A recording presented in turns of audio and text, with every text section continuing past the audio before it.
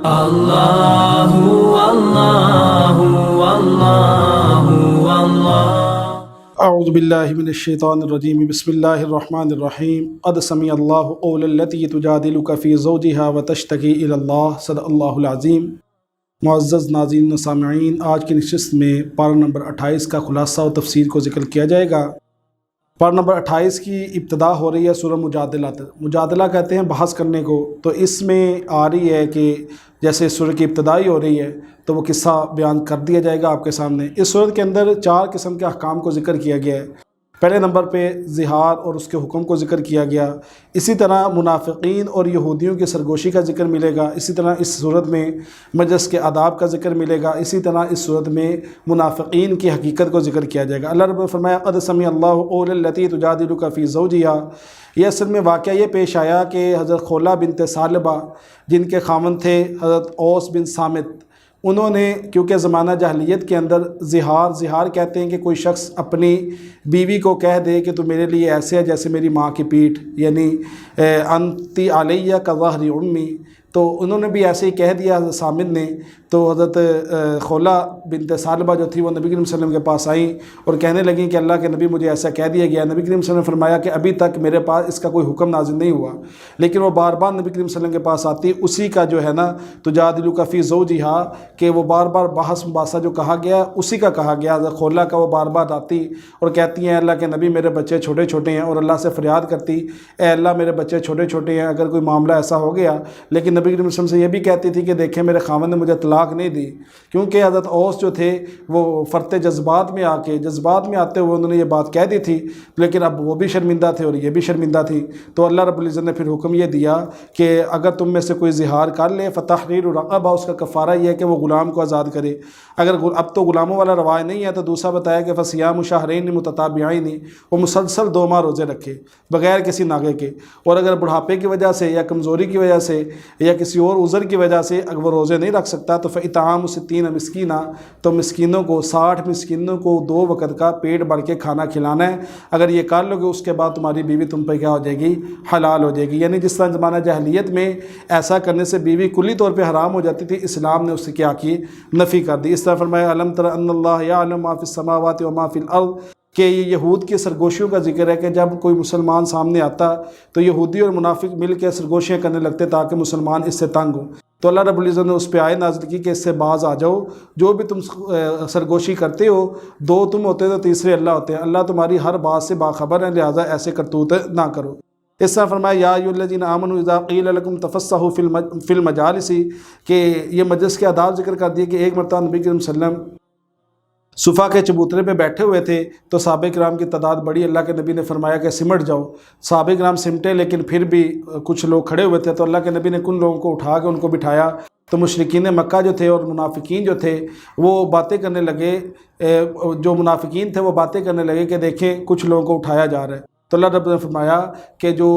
واعظ ہوتا ہے، جو نصیحت کرنے والا ہوتا ہے، اس کو اختیار ہوتا ہے وہ کچھ کو بٹھائے کچھ کو اٹھائے، تمہیں اس سے کیا تکلیف ہے؟ اس طرح فرمایا کہ یا ایھا الذین آمنوا اذا ناجیتم الرسول، کہ یہ ملاقات سے پہلے صدقے کا حکم دیا گیا تھا، کہ اصل میں ہوا یہ تھا کہ جب کسی مومن مخلص کو نبی صلی اللہ علیہ وسلم کے ساتھ تنہائی بات کرنے کی فرصت ملتی تو بہت زیادہ طویل کر دیتے بات کو، یعنی خوب مزے لے کے باتیں کرتے کہ احکام زیادہ سے زیادہ سیکھ جائیں۔ منافقین نے جب اس بات کو دیکھا وہ بھی ایسے ہی کرنے لگے، تو اللہ رب العزت نے پھر یہ کہا کہ جب نبی صلی اللہ علیہ وسلم سے ملنا ہو تو صدقہ کر کے ملا کرو تاکہ منافق اس سے باز آ جائیں۔ جب یہ معاملہ درست ہو گیا تو اگلی آیت میں اللہ نے یہ حکم منسوخ کر دیا۔ اس طرح فرمایا کہ لا تجد قوم یؤمنون باللہ والیوم الآخر، کہ یہ حزب اللہ کی کامیابی کو اللہ نے ذکر کر دیا کہ جو اہل ایمان ہیں، اگر ان کے رشتہ دار یا ان کی اولادیں یا ان کے والدین اگر اللہ یا اللہ کے نبی کے خلاف کچھ کہتے ہیں اس پہ ڈٹ جاتے ہیں، جیسے حضرت ابوبکر صدیق رضی اللہ تعالیٰ عنہ کے والد حضرت ابو قحافہ نے جب تک اسلام نہیں لائے تھے تو کوئی بات نبی صلی اللہ علیہ وسلم کی شان میں گئی تو انہوں نے آگے سے تھپڑ لگا دیا تھا۔ تو اہل ایمان جو ہے نا ان کے لیے اللہ رب العزت نے یہ اللہ کے لشکر کا جو کہا ہے وہ اسی وجہ سے کہا ہے کہ ان میں غیرت اور جذبہ جو ہے نا اللہ اور اس کے رسول کا وہ کوٹ کے بڑھا ہوا ہے۔ اس کے اللہ نے انعام کے طور پہ کیا کہا؟ 2 انعام دیے ان کو، ایک تو قلوبہم الایمان، ایک انعام ان کو یہ دیا کہ قلوبہم الایمان، کہ اللہ رب العزت ان کے دلوں کو ایمان سے بھر دیتا ہے۔ دوسرا یہ فرمایا کہ وَيُدْخِلُهُمْ جَنَّاتٍ تَجْرِي مِن تَحْتِهَا الْأَنْهَارُ، کہ ہمیشہ کے لیے اللہ ان کو جنت میں داخل فرما دیں گے۔ آگے سورہ حشر ہے، اس بارے میں یہ بھی مدنی صورت ہے۔ حشر کہتے ہیں جمع کرنے کو، اخراج کو یا جلا وطنی کو، یہ تین معنی اس کے ملتے ہیں۔ تو اس میں بھی اخراج جو بنو نذیر کا ہوا تھا، بنو قینقاع کا ہوا تھا، ان کے قصوں کا ذکر ہے، اس لیے اس کا نام سورۃ حشر رکھا گیا۔ فرمایا هو الذی اخرج الذین کفروا من اہل الکتاب، ہوا اس طرح کہ جب نبی کریم صلی اللہ علیہ وسلم مکہ سے ہجرت کر کے مدینہ شریف آئے تو وہاں پہ اہل یہود سے اللہ کے نبی نے یہ عہد لیا اور یہ پرومس کیا کہ ہم آپس میں نہیں لڑیں گے۔ لیکن جو بنو نذیر والے تھے انہوں نے مدینہ یہودیوں اور منافقوں کے ساتھ مل کے یہ طے کیا کہ وہ نبی کریم صلی اللہ علیہ وسلم کے ساتھ مخالف ہوئے۔ اللہ کے نبی نے ان کا محاصرہ کیا۔ جب محاصرہ کیا صحابہ کے ساتھ مل کے تو کچھ دن انہوں نے دفاع کیا، لیکن بعد میں انہوں نے ہتھیار ڈال دیے، تو اللہ کے نبی نے پھر ان کو مدینہ شریف سے نکال دیا تھا۔ اس طرح فرمایا کہ ما افاء اللہ علی رسولہ من اہل القریٰ، کہ اب جو ان کو نکالا گیا، جو ان کی زمینیں تھیں بغیر لڑے ملی تھیں، یہ میل فیح تھا، اللہ رب العزت نے اس کا حکم بتا دیا، یہ اللہ کے رسول کا، قریبی رشتہ داروں کا، یتیموں کا، مسکینوں کا اور مسافروں کا اس میں حق کہ ان کو دی جائیں گی۔ اس طرح فرمایا والذین تبوأوا الدار والایمان من قبلہم، یہاں پہ صحابہ کے ایثار کو ذکر کر دیا کہ جو انصار مدینہ تھے وہ مہاجرین کا بہت زیادہ خیال کرتے تھے۔ خاص طور پہ حضرت ابو طلحہ انصاری رضی اللہ تعالیٰ عنہ کا قصہ یہاں پہ مذکور ملتا ہے کہ ان کے پاس اللہ کے نبی نے کچھ مہمان بھیجے کہ ان کو رات کا کھانا کھلاؤ۔ جب دیکھا کھانا کم ہے تو دیا بجھا دیا،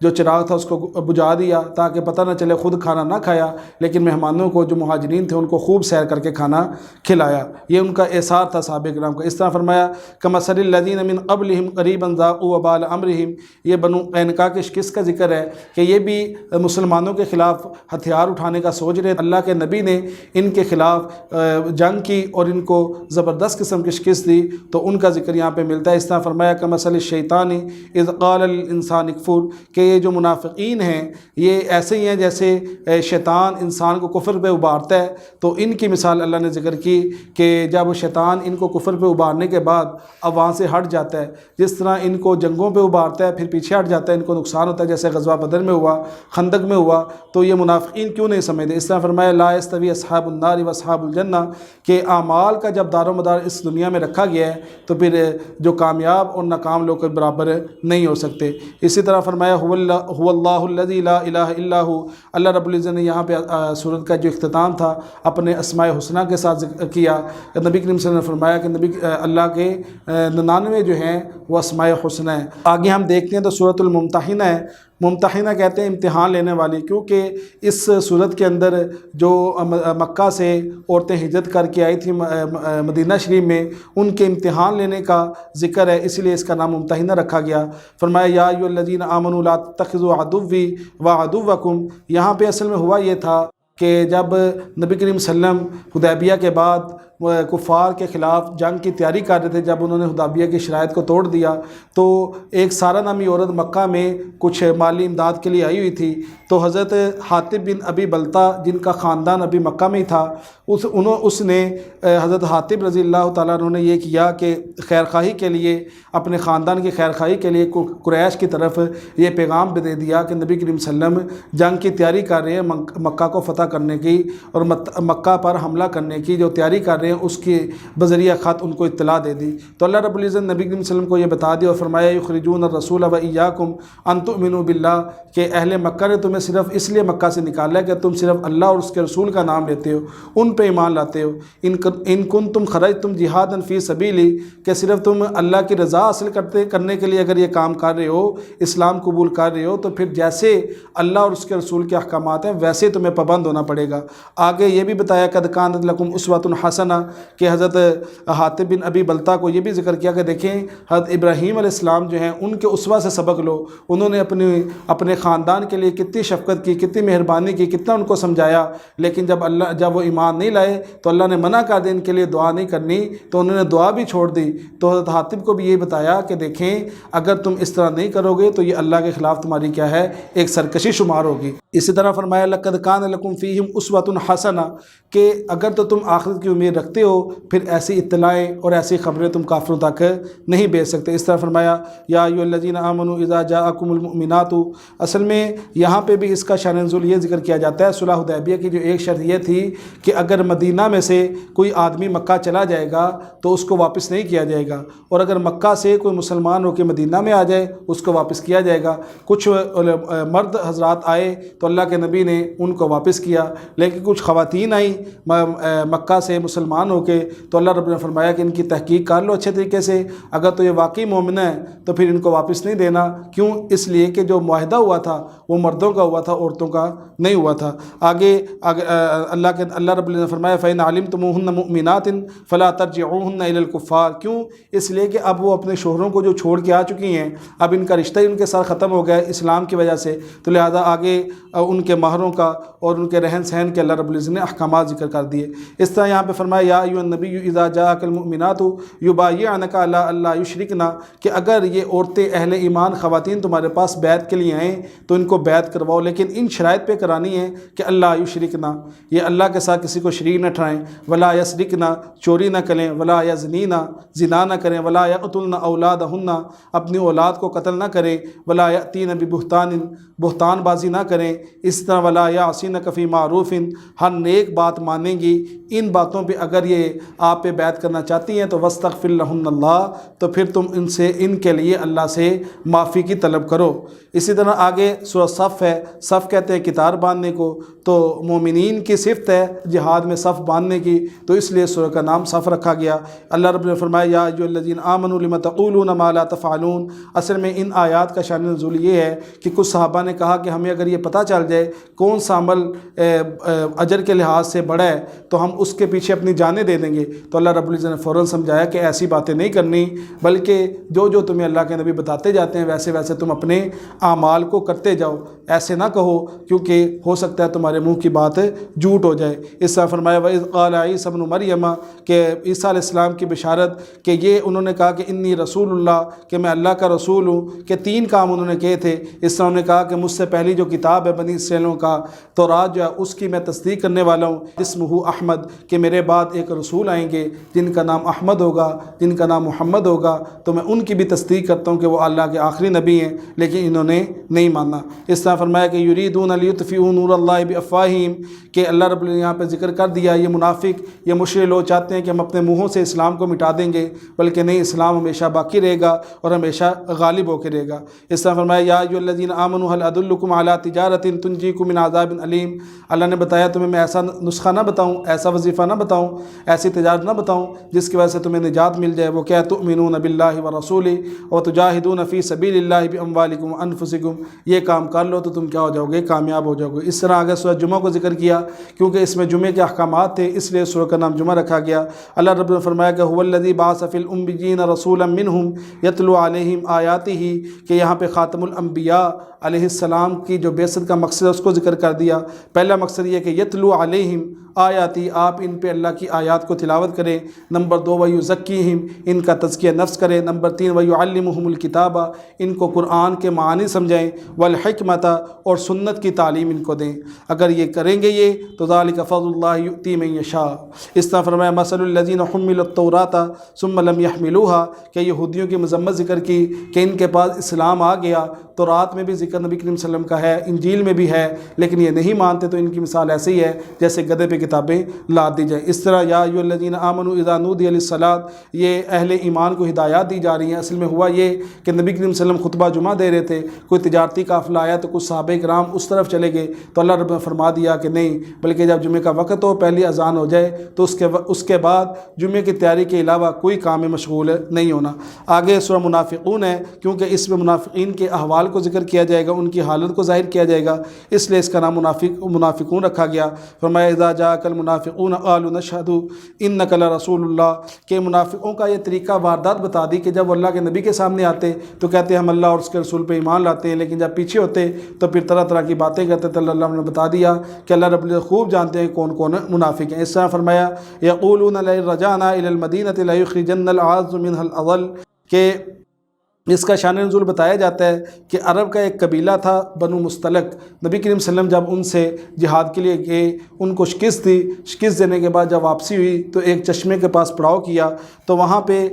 پڑاؤ کرنے کے بعد پانی کے معاملے پہ انصاری اور مہاجر صحابیوں کو آپس میں تکرار ہوا، نبی کریم صلی اللہ علیہ وسلم نے ان کا تصفیہ کر دیا، لیکن عبداللہ بن ابی جو منافق تھا وہ ساتھ تھا، اس نے کہا کہ مہاجرین کو اتنا سر پہ نہ چڑھائیں، اب ہم جب واپس جائیں گے لا یخرجن العاذ منها الأذل، یعنی جو عزت والے لوگ ہیں وہ ذلت والوں کو نکال دیں گے۔ حضرت زید بن ارقم رضی اللہ تعالیٰ عنہ نے یہ بات سن لی، نبی کریم صلی اللہ علیہ وسلم کو بتائی، تو نبی کریم صلی اللہ علیہ وسلم نے عبداللہ بن ابی سے پوچھا تو وہ مکر گیا، لیکن مدینہ پہنچنے سے پہلے اللہ رب العزت نے بذریعہ وحی بتا دیا کہ یہ عبداللہ بن ابی نے یہ بات کہی ہے، یعنی ان کا نفاق جو تھا وہ ظاہر ہو گیا۔ اس طرح آگے اس میں سورۃ تغابن ہے، تغابن کہتے ہیں قیامت کا دن، کیونکہ قیامت کے دن کا اس میں ذکر ہے اس لیے اس کا نام تغابن رکھا گیا۔ اللہ رب نے فرمایا کہ هو الذی خلقکم فمنکم کافر ومنکم مؤمن، کہ اللہ رب العزت جو تخلیق باری تعالیٰ ہے اس میں مومن بھی ہیں اور کافر بھی ہیں، لیکن اللہ نے اختیار دیا ہے جو مومن بننا چاہے، ہدایت کے راستے پہ چلنا چاہے، اللہ نے دو راستے دے دیے۔ اگر کوئی سیدھے راستے پہ چل جائے گا صراط مستقیم پہ وہ کامیاب ہو جائے گا، دوسرا جو ہے جو